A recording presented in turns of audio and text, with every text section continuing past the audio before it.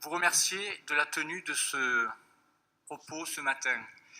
La relation entre la commune et l'intercommunalité ne doit pas être occultée au seul argument et au seul objectif de la finance publique et de la finance de nos collectivités. Ce n'est pas le maire d'une petite ville de 6 000 habitants en Haute-Garonne, avec un potentiel financier très faible, des charges de centralité et une démographie galopante, qui dira le contraire. Mais est-ce que l'enjeu principal pour l'avenir de nos communes n'est justement pas cette relation commune-interco? Nous sommes, je crois, et mon propos est une invitation à la réflexion, au milieu du gué, entre deux chaises. Soit on accepte et on dit et on va vers le fait que l'EPCI devienne une collectivité territoriale et non pas un lieu de coopération. Et à ce moment-là, nos communes deviendront des arrondissements. À ce moment-là, il y aura ces enjeux de démocratie et de suffrage.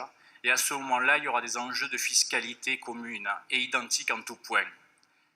Ou alors, et c'est semble-t-il le propos de ce matin, nos communes restent ce socle de la République du quotidien, et il faut l'affirmer.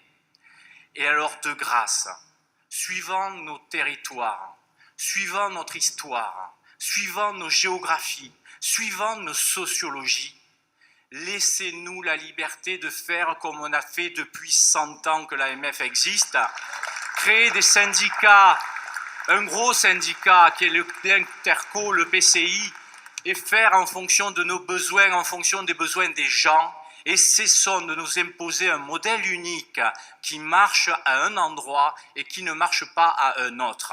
Sans ça, le risque, et vous l'avez dit, et je le renouvelle, pardon, mais nous aurons de la technocratie locale, nous aurons un désengagement des élus locaux et au final, un désenchantement des citoyens. Et ça aboutit à quoi? Le président Larcher l'a dit, au populisme. Nous l'aurons si nous le voulons, nous ne l'aurons pas si nous ne le voulons pas. Merci de votre attention. Merci, monsieur le maire.